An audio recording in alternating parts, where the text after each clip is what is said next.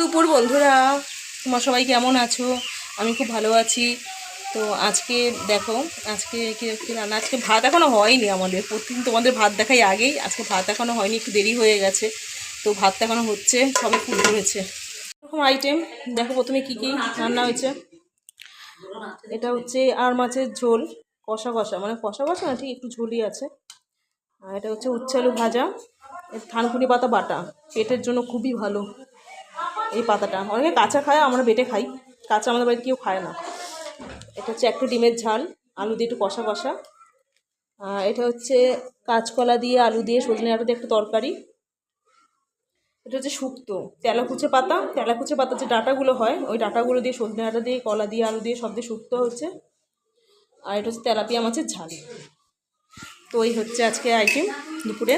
তোমরা কী কী খাবে চলে এসো। তো আমার ব্লগগুলো যদি ভালো লেগে থাকে তো প্লিজ পেজটাকে ফলো করে দিও, আর লাইক শেয়ার কমেন্ট করো। টাটা।